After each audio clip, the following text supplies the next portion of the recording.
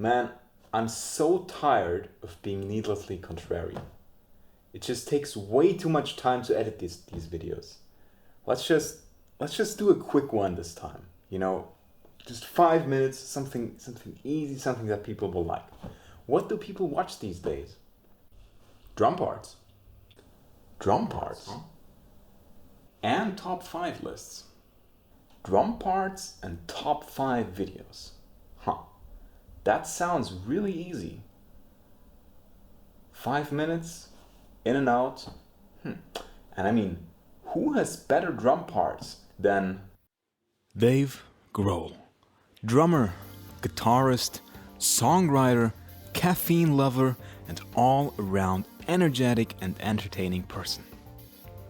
He's easily one of the most influential musicians of the past 30 years. Let's take a closer look at some of his most iconic drum performances in this Mojo Pin Top 5 list.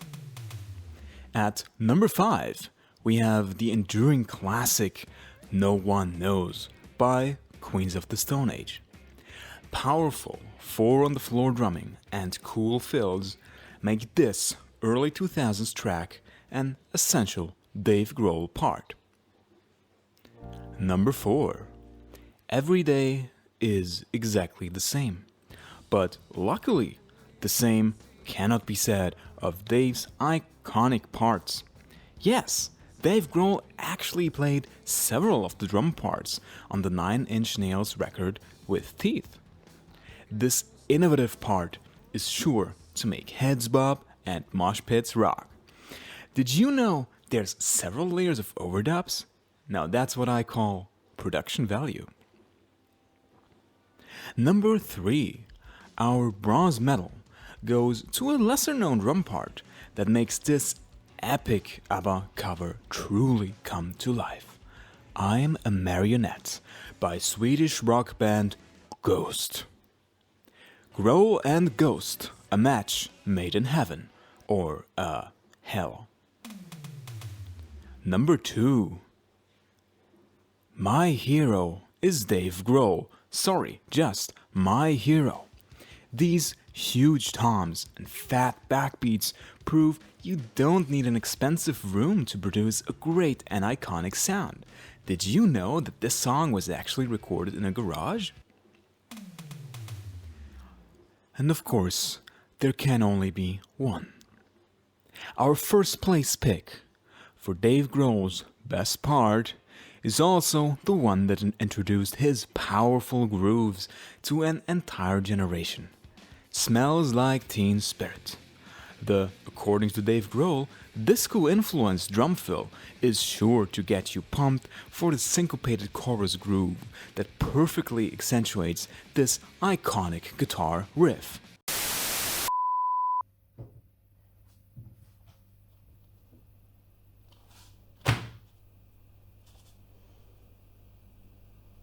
What? The video's over. Get the hell out of here. Okay, fine. Let's talk about part 2. The problem with drum parts. Drum parts are great. Learn them, transcribe them, stick them in a stew. I love them. But discussions about or around drum parts, to me, always feel somewhat incomplete. And there's 2 reasons I would cite for this. The first one is that we don't actually know who wrote the part. That might sound funny to you, but if you've ever played in a band or worked with others creatively, you'll know that it's not usually as simple as, everybody just writes their own parts and then they get together and play them. Rather, it is often a more democratic process, or sometimes there might just be one person in the band that writes the parts, gives it to the other musicians, and then they just play them. And often, bassists and guitarists might have ideas for the drum part, and occasionally vice versa, but you do need to be really brave to scorn our stringed overlords, so go light on that one. Now, unfortunately, this is kind of hard to prove. In my experience, it has been true, but we usually don't get such intimate insights into the creative process of our favorite artists. let alone highly influential rock bands like what? Oh, right, the Beatles. Thanks to Peter Jackson's 2021 documentary Get Back, we actually get a really amazing insight into how the Beatles worked together in their later period, and it's just generally one of the most honest depictions of the creative process that has ever been conceived. I highly recommend all glorious 6 hours of it, especially if you're a musician yourself. What we see in this documentary is that one of Ringo's signature parts, the groove for Don't Let Me Down, was actually an idea contributed by none other than Paul McCartney, which begs the question, is it even Ringo's part at that point? To which I would answer with another question, which is, well, does the part make the drummer, or does the drummer make the part? And to me, to my mind, it's always the drummer that makes the part. That goes for Don't Let Me Down. Because without Ringo's signature sound and feel and fills, it would not be Don't Let Me Down. If Jeff Porcaro hadn't played Rosanna, I don't know if that would be as famous of a groove, because the way he played it, the groove and the precision of it, that's what makes it great, right? Fool in the Rain, all these parts, you get the point. So the reason for the prevalence of these discussions seems fairly obvious to me. Again, I think there's like two reasons that I see. Firstly, transcriptions and notation is just very visual. It looks very good in like video format or in written format. It's nice. And you can do all sorts of animations and stuff. And also you can sell transcriptions, like they're a product. And I'm not knocking on anyone making a living from doing transcriptions, which is like really hard work. If you're detailed about it, it's super hard work. But as far as, the legacy of great drummers, I don't think that's necessarily in their parts. Why? Well, think about it like this. When you learn a language, especially as a child, you learn all the semantics and the grammar and all that stuff, the part, if you will. But there's so much about language that cannot be really captured by writing it down. There's so much that is lost. Subtle intricacies in meaning, subtle differences in pronunciation in your particular dialect. And all of that is like a huge part of language. And the same goes for music. If notation was all that mattered, then MIDI would have replaced all us musicians like a really long time ago. And arguably, in music, these intricacies matter even more, because if you buy into Adam Neely's argument that music is essentially a language without semantics, then these intricacies matter even more, because there's one fewer level of meaning, but we can create that meaning by how we play the music. In the top 5 at the beginning of the video, I was actually making a point. It wasn't just a joke. So that's what I call screenwriting. I picked those 5 songs because I really like them, firstly. But I also picked them because they're from different time periods and by different artists. And they're all produced under different circumstances. And the main constant you have that they're all roughly in the same genre, right? Like under the umbrella of rock music. And Dave Grohl played on all of them. And to me, when I listen back to the tracks, it becomes very obvious that there's a certain sound to the drums, a certain feel, a certain vocabulary when it comes to the fills. And all of that just makes it sound like Dave Grohl. And if you know, it becomes even more obvious. Now, this doesn't surprise me, because no matter how far you get into the recording process, no matter how hard you try to shape the drum sound after the fact, it doesn't even matter if the performance in the room where it was recorded didn't give you what you need. And that's one thing I know for sure. But how do we talk about nuance, about intricacies? With language, it's easy enough because we're all more or less experts at our first and often second languages. But with music, you need like I don't know, an expert in making music. So, I don't know, a musician? And well, we're talking about a drummer. So, like a drummer? And what do you know? I have just the guy for you. One last thing I forgot to mention. To show you this, I've decided not to go with a Nirvana drum part or anything like that. That seemed too obvious. Rather, I've picked a song from the 2000s, from another highly influential rock band that happened to be formed in the 90s. And of course, I'm talking about Radiohead. We're doing Weird Fishes today, which is a beautiful composition and also a really fantastic drum part. But we will get to that another time. For now, on with the video. Welcome back to my highly professional streaming setup. Of course, I have to do another react section in this video. And this time we are reacting to a video that I requested a drummer that I happen to know to make for me. Now, I did try to contact the man himself, Dave Grohl, but he ended up rejecting my offer of a lifetime subscription to Trade Coffee, who are, well, they're not sponsoring this video yet. And my task was simple, okay? To produce a scientifically accurate document that would show us what makes Dave Grohl sound the way he does. And to show you this, a couple of notes. Firstly, the drum recording in this video was done with a single AKG C414 placed at around ear level. Shout out to Sounds Like a Drum at this point. And after the fact, I went in and I did some normalizing with the levels, which, I just made everything the same volume, even if it wasn't originally. I might show the waveform here, somewhere around here, on the black part of the screen here, just so you know what it was originally and what it looks like now. And what I want you to pay attention to is, despite the volume being the same, how the sound still changes as it gets louder. And one more thing, I have measured the loudness and the intensity of the performance with a scientific device that I created, which is, of course, the Grohl-o-meter, the most scientifically accurate measurement known to humankind. Let's go. So under normal circumstances, I wouldn't be able to hear this over my tinnitus.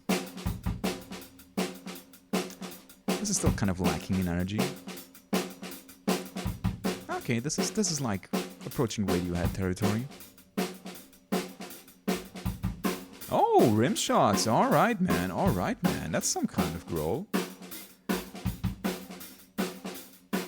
Man, chill. The camera's starting to shake. What's this? That better not be fresh pots in that bottle.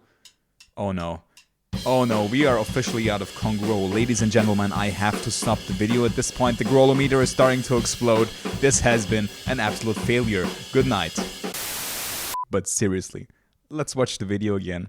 And this time really do pay attention to how the sound of the entire drum set, not just the snare, but the bass drum and also the hi-hat, how it changes as the performance gets louder.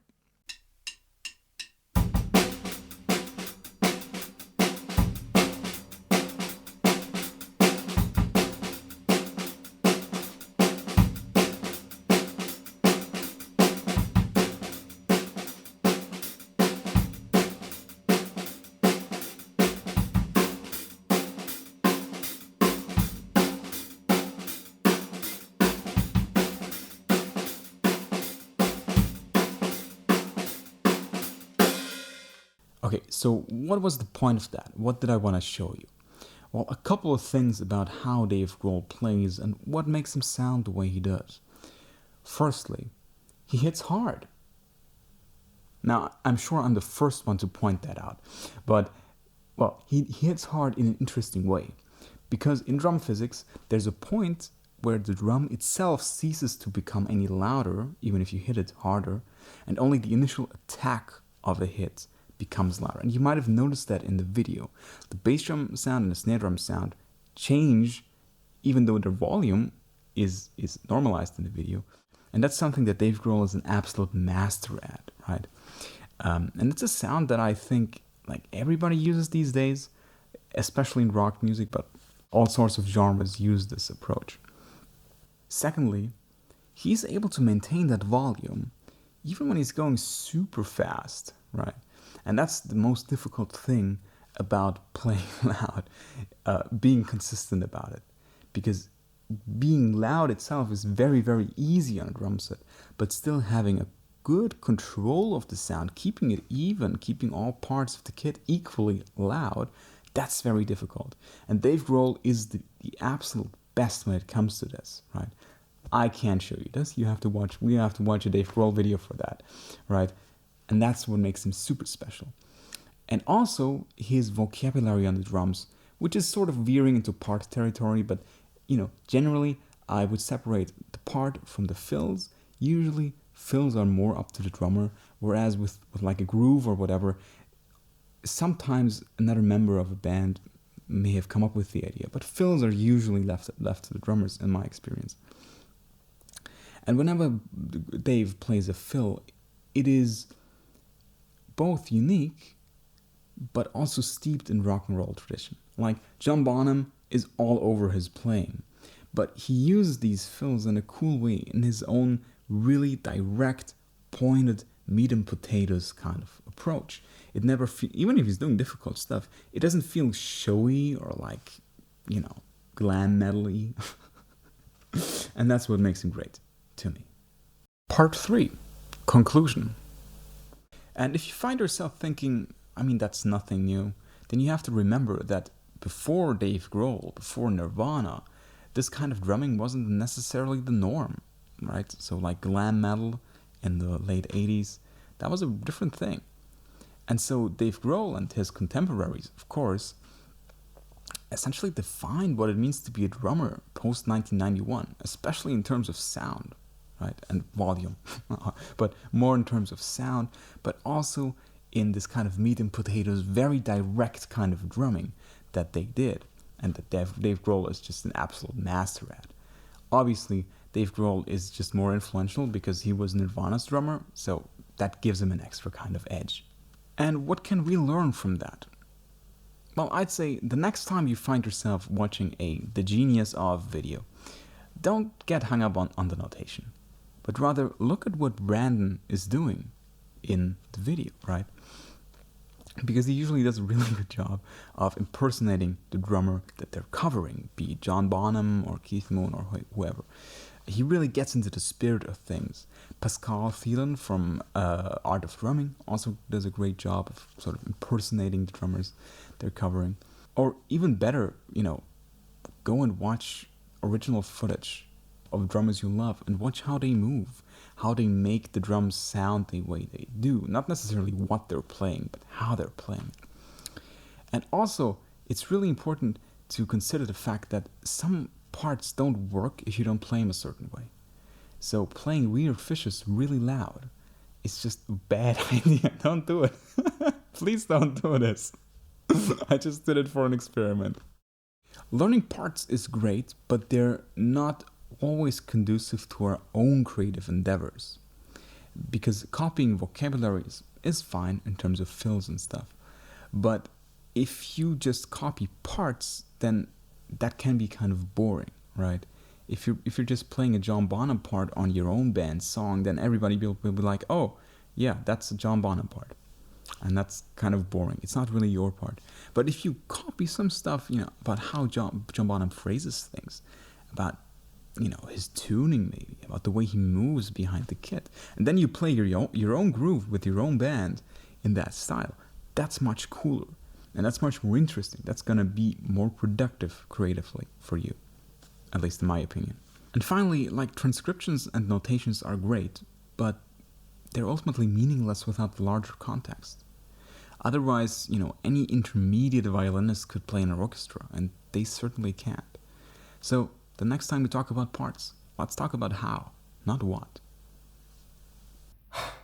You're way behind. What? On your quotas, you're contractually obligated to talk about at least 3 of these 4 bands in every one of your videos. Right, yeah, that's true. Is it too late to drop a reference now? I don't know, I guess the video is still going, so if you want. Like, subscribe, and watch my video about Lars Ulrich.